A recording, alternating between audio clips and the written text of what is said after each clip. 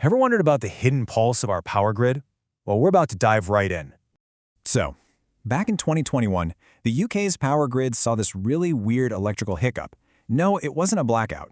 Turns out it was a sub-synchronous oscillation, or SSO. So, what on earth is that? Okay, the simple version? SSO is like an unwanted, low-frequency hum that's messing with our power grid. Yeah, think of the grid's normal frequency as a steady heartbeat. SSO, that's a dangerous arrhythmia. What's really interesting is this isn't some new problem, but it has definitely evolved. The whole story really kicks off back in the 70s with what we now call classic SSO.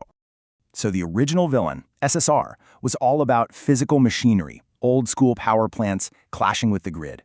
And this could play out in two ways, either a purely electrical glitch or something much more dangerous. But as our energy sources changed, the problem changed right along with them. Which brings us to today's beast, SSCI. This one's a problem of software and control systems. So here's the key difference. The old problem was about heavy mechanics. The new one? Super fast electronics. Okay, so what actually happens when these things run wild? And why is it so dangerous?